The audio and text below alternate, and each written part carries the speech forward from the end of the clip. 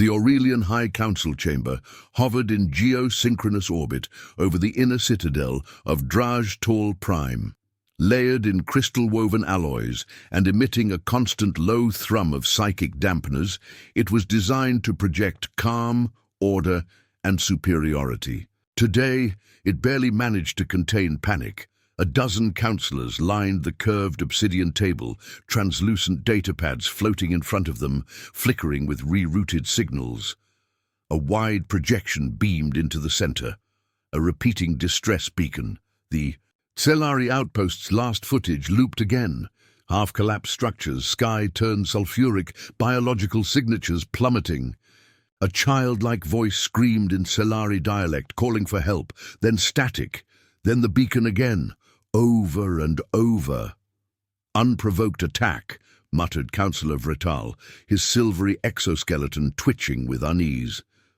A pirate or syndicate assault, perhaps. Regardless, we are required to respond. Under Accord 7... Accord 7 does not apply to non-member worlds, interrupted Ixem of the Zari Dominion. Her multifaceted eyes reflected the flickering chaos. Celari 3 refused diplomatic integration. Let them suffer the consequence of independence. They were peaceful, Vretal snapped, antennae flaring. Agricultural, barely spacefaring. Is that what we are now? Spectators to slaughter? We are guardians of order, Ixem said coldly. Not a rescue fleet for every squealing. Species on the outer rim. This matter is beneath our attention. Another signal alert pulsed red. One of the council analysts stiffened. There's something new. The beacon rerouted, but not through council networks. Then through what? Solnet. Human channel. The room froze. Every pair of eyes turned to the display. The analyst magnified the trace. The signal, corrupted and fragmenting, had passed through 7 abandoned relay buoys, derelicts long thought non-functional, before bouncing into the Sol system. From there, it vanished. Human systems are still active, Vretal whispered. No, said the analyst. Worse. They're listening. Ixem leaned forward, her voice dropping to a whisper. We ordered quarantine of Earth's reach after Idranos B.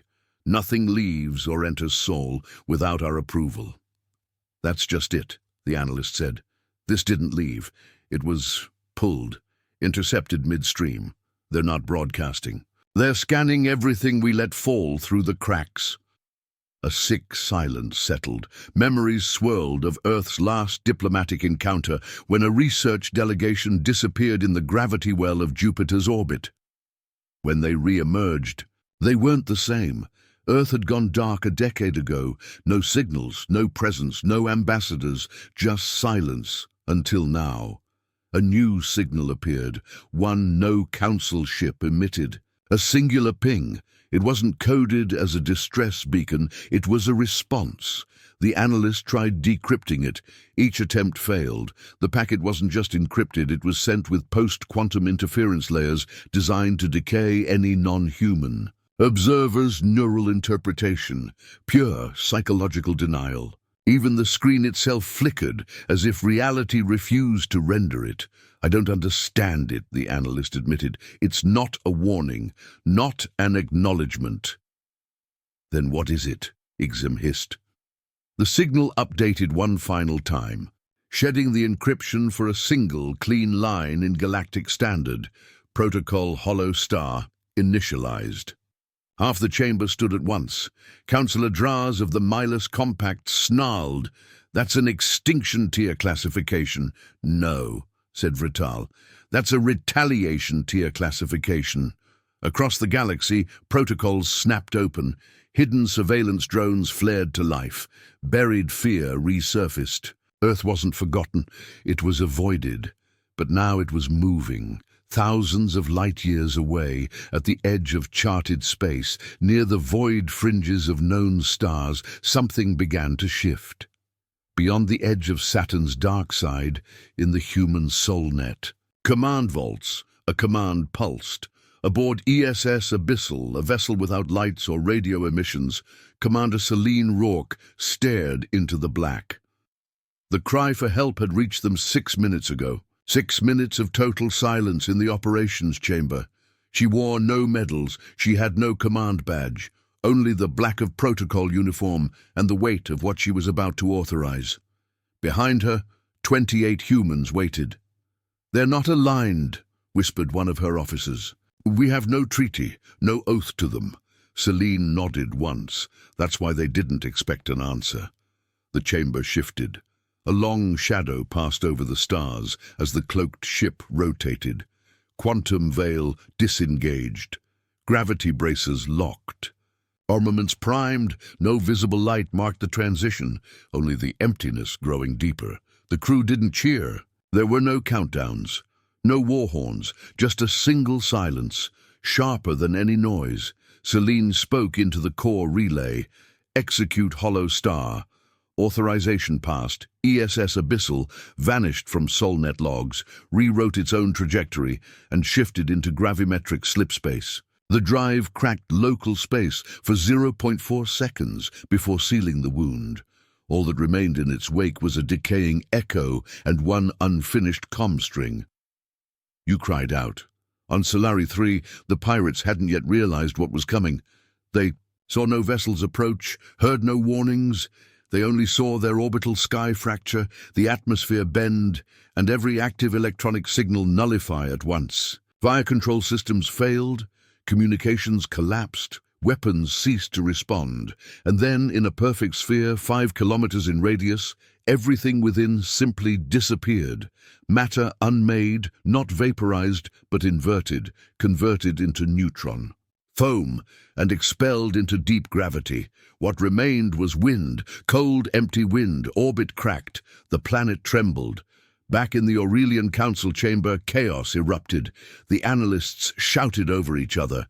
"Solari orbital path is destabilizing. A vessel just uncloaked. Mass detection fails. It's too dense to measure." Ixom stared at the screen as the image resolved. A human dreadnought, hull surface blacker than space, no registry, no design class, yet its silhouette matched an old file, a forbidden one. "The Abyssal," she whispered. "It's not supposed to exist. It was decommissioned after Sol Wars." "Counselor." Draza bellowed, "They've destroyed a neutral planet. That's not retaliation, that's annihilation." Vratal's voice shook as he whispered, "They're not retaliating for Tselari. They're retaliating for being asked." The display crackled. A single audio burst, no image, a calm human voice, Celine's, transmitted in Galactic Standard. "We do not send help, we end threats." Then silence. Not comms silence, not jamming. The kind of silence that spreads through the bones of a galaxy. The shockwave from Solari 3's annihilation didn't travel with sound. It traveled through dread. It didn't need fire or debris to be understood. The implications carried further than any explosion ever could. Every listening post across 6 sectors picked up the signature. It wasn't just a planetary extinction event. It was precision, controlled destabilization. The planetary crust hadn't simply cracked. It had been folded inward. Atmospheric collapse occurred in a mathematically timed sequence. Even the pirates hadn't died in chaos. They had been removed clinically, silently. The galaxy had no frame of reference for this, except one: humanity. And the one phrase now echoed in silent, encrypted rooms: "Protocol Hollow Star." They answered the call. They didn't send aid. They sent this on Tivar Station, high above the diplomatic center of the Carvalan Accord. 7 allied species gathered in an emergency triad. Holoscreens projected footage from the disaster. Frames slowed, dissected. Solari 3 spinning once. In peace, then dark, then nothing. Counselor Rizel, a translucent being of photonic lattice, flickered with internal static. There was no warning. Ambassador Tolnax of the Kirill Dominion rasped. There was no target. They eliminated both aggressors and victims. Not eliminated, said Liari of the Deltran Coalition. Her voice was nearly human, her species hybridized after old wars. They extracted a lesson. Rizel's light dimmed. Then what was the lesson? Liari turned her head slowly. That if you call for help from a death world, make sure you really want them to hear you. 3 parsecs away, in deep interstellar slipspace, the ESS Abyssal floated like a phantom. It wasn't moving in any conventional sense. It folded the space around itself, remaining still while the universe bent toward it. Cloaked in a null energy veil, it appeared as nothing. And to most senses, it didn't exist. Inside, it's silent. Hull, Commander Celine Rourke stood in her private chamber, arms crossed, eyes on the data stream from Solnet. The Solari broadcast was still being dissected. New images had emerged, one showing a pirate dragging a youngling by its throat. Celine's jaw clenched. She didn't blink. She didn't look away. She studied the footage again and again. Then she closed the feed and whispered, "Let them judge us." Behind her, footsteps approached. It was Lieutenant Grayson, her second in command. "We've received diplomatic inquiries. Council of Thren Ha, Carvalan Accord, even remnants of the Zari. Delete them. They're insisting—" I said delete. He hesitated. "What do I tell them?" Celine turned, her face lit only by ambient blue from the null core. "Tell them the truth. We heard a scream and we remembered." Back in the Galactic core, the emergency chamber of the Aurelian Council pulsed with frantic energy. Dozens of envoys shouted over each. Their translators barely keeping up. "They've returned." A 3-limbed Ventari barked. "They never left," Ixem growled. Her claws tapped an input screen, trying to trace the Abyssal's location. It didn't appear, not even in archives. "They broke no treaties," another alien shrieked. "We never signed one with them." "Then that's the problem," Ixem said. She activated a hologram of Earth, quiet, blue, peaceful, orbiting a yellow sun like it had for millennia. "Tell me," she asked the room, "does that look like a death world to you?" Silence. It didn't, but that's what made it worse. In Earth orbit, hidden within the asteroid belt, a remote soul defense satellite spun to life. Not a weapon, a listener. Its AI, codename Quiet. Thought filtered 1,000 channels of intercepted alien comms. One phrase returned with increasing frequency. "What else will the humans do?" The AI tagged the pattern and uplinked to Earth's central node. There, Admiral Harkin received the signal. He sat alone, watching projections of planetary panic. Elaine Park entered the room. "They're scrambling," she said, "trying to form a unified front. Some want diplomacy, others want preemptive containment." He didn't look at her. "Let them form coalitions," Harkin said. "It won't matter." She frowned. "You're not even going to talk to them?" He looked up at her finally. "Do you talk to a pack of wolves when one bites you, or do you remind them what fire is?" She inhaled slowly. "This isn't the same. We can't respond to every scream with judgment." "Elaine," he said softly, "we don't. We only respond to the ones that reach us." Far above them, a small vessel broke stealth near Europa. An unauthorized alien probe. Its exterior was silicate-hardened, signature-masked, filled with layered translation AI. Its mission was simple: infiltrate, observe, and report. As it passed orbit, a beam of light touched it. No sound, no heat. The ship froze. Every system failed in under 2 seconds. Its memory core was extracted, its trajectory reversed, and its entire frame atomized into basic molecules. Nothing made it to Earth. Back in the alien quadrant, the diplomatic team watching the probe gasped as their signal cut. Then an image appeared. On their return monitor, a single line displayed in the common galactic script: "Ask permission before entering a death world."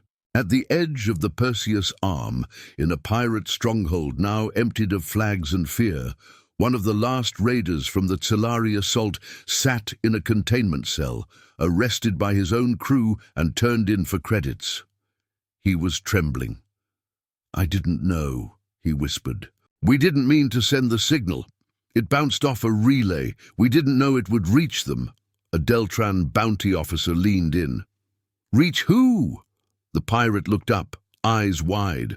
The ones who live on the third stone from a burning star. The ones who build peace, but remember war. Then he began to laugh. It didn't sound sane. Meanwhile, deep inside Solnet's ghost layer, an archived file was accessed. Last modified 47 years ago. It was a human child's drawing. Planet, colored blue and green, surrounded by blackness. Above it, a figure in armor standing atop the moon. Beneath it was scrawled a single line. If you hurt us again, we won't ask. We'll end it. The AI tagged the file, archived it again, and closed the node. Inside the abyssal, Celine was silent in her command pod, deep in personal memory mode. The screen before her showed a name, Tselari 3 Archive, Echo Memory 1. The face of a child appeared. Small, violet-skinned, speaking into a recorder. They come at night, the girl said. They take our food, they burn the crops. Mother said someone will help us. That someone always comes when the stars hear you. The screen flickered. Then the girl whispered, if you hear me. I'm not afraid, I'm just tired. Celine turned off the feed. Around her the ship was dark, waiting. She whispered, we heard you. And somewhere in the hull, the vessel pulsed in reply, silent, alive, ready. Back in the Aurelian core, the council failed to agree on next steps. Some wanted peace, some wanted defense, some wanted war, but all of them agreed on one thing. They were no longer in charge. The galaxy had remembered Earth, and Earth had remembered why it stayed silent for so long, not because it was weak, but because when it moved, it didn't stop until the stars were quiet again. The breach began in silence. Zari infiltration skiff, cloaked in synthetic distortion fields and reinforced with quantum masking tech, slipped past the asteroid cordon near Saturn. Officially, the Zari government denied any knowledge of the mission. Unofficially, they'd sent their best. The pilot, a creature named Vale, was bred in vacuum, trained in null-gravity black ops. He had navigated war zones, dismantled intelligence nexuses with nothing but noise and shadow. But as he drifted toward Earth's outer orbital belt, he felt something new, not fear, not hostility, absence. It wasn't just that he couldn't detect any human presence. It was that the systems refused to acknowledge his, like he'd fallen into a blind spot of the universe itself. His internal translator sputtered as encrypted. Terran's satellites blinked in and out of perception. He rerouted, changed his pulse frequencies. Still nothing. Probe complete, he whispered into his bonecom, transmitting to a Zari relay ship 2 systems away. Humans inactive. Response. Time delayed, proceeding to low orbit for structural scan. His console went black. For a full 5 seconds, his ship had no data feed, no temperature readings, no power regulation. Life support held, barely. Then a voice filled the cabin, a voice that was not transmitted, not synthetic, not internal. It spoke. You are inside a living boundary, Vale froze. His multi-layered vision scanned the cockpit. Nothing. This boundary remembers. And it does not allow uninvited guests, he tried to reply. The voice continued. Return, or you will be forgotten. Then the ship powered back up, but rotated 180 degrees. Not through thrusters, not by force. As if space itself had turned. Him, Vale screamed. Not in fear, but in confusion. He wasn't sure how, but he was now facing away from Earth. In the Zari command vessel light years away, the signal from the infiltration skiff ended with static. Then, to every Zari monitor, this appeared, you sent one. That was generous, don't send another. At Sol Defense Corps, the breach alert arrived 5 seconds before Albawel, Earth's orbital AI, responded. Elaine Park and Admiral Harkin observed the playback. He got in further than we predicted, she noted. He was allowed, Harkin said. She turned to him. Why? We've never let them get that far. Because this time, Harkan said, tapping the console. We needed them to know that their tech is irrelevant. Their cloaks don't work.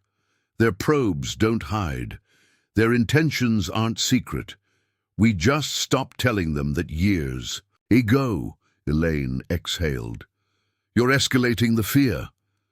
No, Harkan said, I'm letting it settle. Across the galaxy, alien diplomats now demanded answers. The Solari incident had gone unanswered. The infiltration had been rebuffed without violence. Humanity had made no public address, no messages, no retaliation, and yet every corner of the galaxy buzzed with the same quiet terror. What are they waiting for? On a hidden frequency, far from any official channel, the Deltran emissary Liari received an encrypted burst from Soldot No Name. No sender, just this message. You spoke in the chamber, you understood. For this you are remembered, do not follow, but do not fear. Her 3 hearts skipped in asymmetrical rhythm. No one outside that private diplomatic meeting had known what she said. No record existed. The feed had been encrypted, and yet they'd heard. They were always hearing. She deleted the message and whispered, "Thank you." In Earth's upper orbit, where no satellites officially remained, a human platform unfolded. Project Orbit Warden, not a weapon. A warning system. Its purpose wasn't to strike, but to observe and remember. 3-dimensional sigils flared around it, not in any known language, but in symbology older than current empires. Symbols only a certain kind of mind could fear. Symbols. That meant nothing, and yet said everything. The message was simple. You are seen. You are judged. You are beneath the notice of wrath, for now. On the moon's far side, in a complex never marked on maps, Celine Rourke stood in a vault. A vault of memories, footage, intercepted transmissions, cries for help, all stored. Preserved, studied, she reached a console and keyed in. Echo, Solari, Rescue, Zorua. The screen blinked. A new video played, not of destruction, not of death, but of a human medic crouched beside a child survivor, wrapping wounds, whispering calm. Beside them stood a soldier, unarmed, standing guard, eyes scanning the broken horizon. Celine watched. Silently. This was the other half of Protocol Hollow Star, the one no one talked about. The ones who went in after, she whispered. Don't let the fear hide the mercy. Behind her a voice answered, It never does.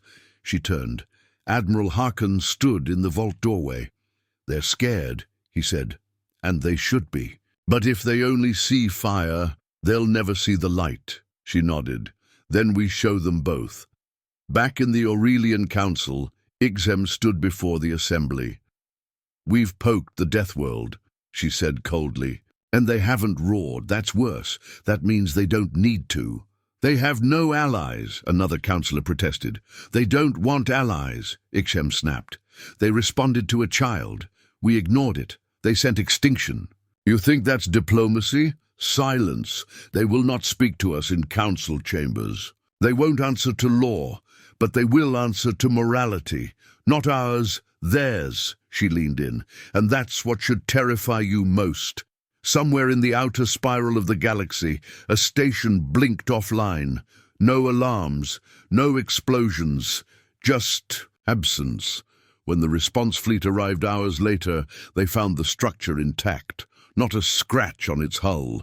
But inside, every weapon had been dismantled, every war file deleted, every mercenary sedated in their quarters, untouched. A single line was etched into the station's primary command console. This was mercy. It will not be given twice. Humanity never responded to the diplomatic inquiries. The Carvalan Accord sent 3 peace envoys.